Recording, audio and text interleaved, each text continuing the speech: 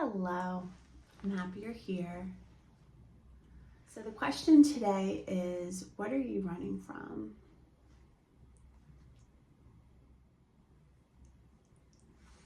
When I think back to many years ago when I was 19 and I was going to university in London, and I was so excited to leave my home environment. It was so toxic. I was terribly unhappy when to begin to, if I say from a certain age, it just keeps getting younger and younger. I grew up in a very toxic and abusive environment at home. And so the idea of being able to move to London and live a life there and start a brand new me was so exciting, and I always dreamed of going there. I hadn't been there yet before, and so that move from New York to London at that age was this like ticket to being whoever I wanted to be. And when I got there was so much new excitement. I mean, there were still fears and, being so young and starting life on my own in a new culture, going to university, getting a job, and making all new friends. It was exciting and a little bit unnerving, but more than anything, it really was exciting and such an adventure that I was so ready for in my life.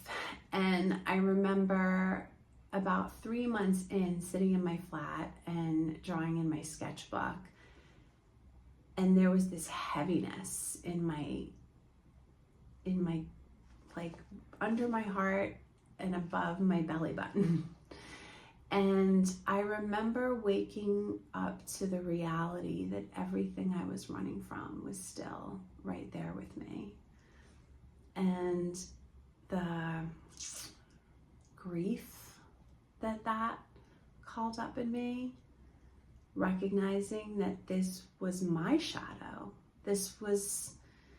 These were things that I couldn't actually run away from. I could run away from the physical things that I didn't like in my home life and in the life that I was living in New York, but the stuff inside, the echoes, the tremors, the programs that were all a result, and I didn't have the words for that at 19, but now at 52, now I get it.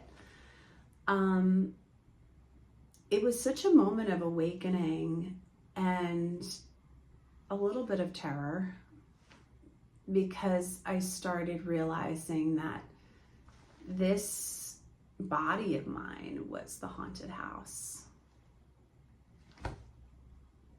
Yikes. How am I going to figure that out? Some of my favorite philosophers are the people like Alan Watts and I'm drawing a blank for the philosopher that I love, the guy that what is water? Some of the philosophers that inspired me most in my life weren't able to be the grounded masters in their own lives, and that is David Foster Wallace. Thank you. But I bring this up because, Alan Watts, just as I was thinking about Alan Watts, one of the quotes that I love of his, that the mind is a terrible master, a wonderful servant. And that was something that over the years, my learning about how to make my life more livable was about making that shift. Starting to understand the power of my mind, the monkey mind that I lived in, and not realizing that there was an entirely different life to be led in the calm presence of being in my body and feeling being with whatever my body wanted to tell me.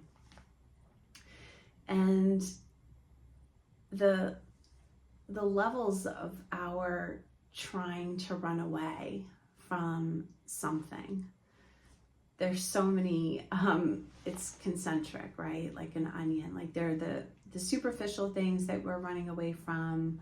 But then as we peel the onion and get deeper and deeper, so often we discover that really what we're running away from is something within ourselves. And my life has only gotten better in my commitment to going within when I want to escape my skin, basically. And even though there may be temporary feelings of it being unbearable, the more that I go into the darkness and touch upon those edges that are really the edge of our own growth, it's so dark and it's so uncomfortable because we're in a place where we haven't been yet. We have to forge that ground. We're creating the path beyond where we've reached before. And so yes, it feels dark, it feels scary, it feels overwhelming. But then once we get there, then we've created lanterns. We have that pathway now. And we create that sense of knowing. It is a true sense of knowing when you are present through those moments of darkness. You're creating a memory for having crossed that threshold and created that new pathway for yourself. My camera stopped recording on the other video and I didn't realize it. So here I am to wrap up the message for today. No matter what we're trying to do to run away, whether it's overthinking, overachieving, overworking, overanalyzing, whatever it is, distracting, numbing, moving to another country and then realizing, our patterns follow us. That's just the way it is. And it's only when we stop in our tracks, we stop running, and we turn around and face the pattern head on. And we see the pattern, the program, the mindset, the way that we're using our minds. It's when we finally see how that is being used in our lives to prevent us from actually living the life that we want to live. That's where our power is. And then there's no escaping it. Instead, it's a process of, I think when we talk about escaping things, I think it doesn't honor the experience of moving through what is required to become free from it. And escape kind of feels like I don't know the word, but it's a sacred journey to move through what isn't serving you. And that is the work, that is our life's work. That is the work that we're called to do here in our lifetime, to move through the patterns, the programs, the limiting beliefs that aren't serving us, and free ourselves to be more and more connected with spirit, with the universe, with our purpose here, and our ability to connect with each other, connect within ourselves, and connect with one another. Acknowledge the connection that connects all of us, the link that connects all of us. So escaping feels like the wrong word. And when we try to run away, we're just going to be pulled back in, because that is the nature of our universe. There is no escape. It's actually working through. And that is uncomfortable.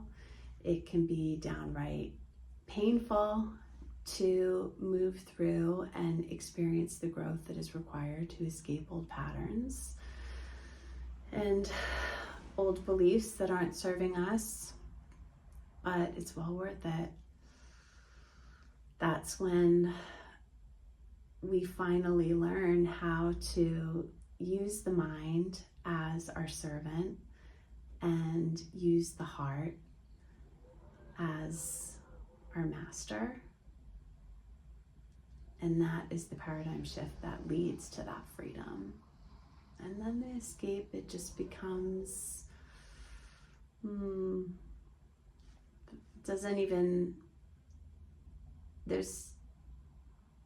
it's a shortcut that cheats you of the experience to really honor all the versions of you that got you to this point in your life.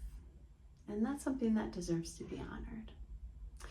And the work of going within and coming out the other side is often work that we can't do alone. And so if there is someone in your life that you lean on for that kind of guidance, I would absolutely recommend it. And of course, if you'd like to work with me, I am a coach who works in that realm. I call it inner wisdom coaching, also personal development coaching, but it's really working with my clients to develop a very deep sense of self-trust and deepen their connection with their own inner wisdom, because it's something we all have access to. And once we unlock that access and really recognize that consistent ability to connect to the wisdom that we all have inside of us, that is a magical relationship that goes on forevermore. And so thank you again. I'm so happy you're here with me. Being in this space with you means so much to me, to be able to connect and have this opportunity to spend time together this way. And so thank you for being here, and I look forward to seeing you next time.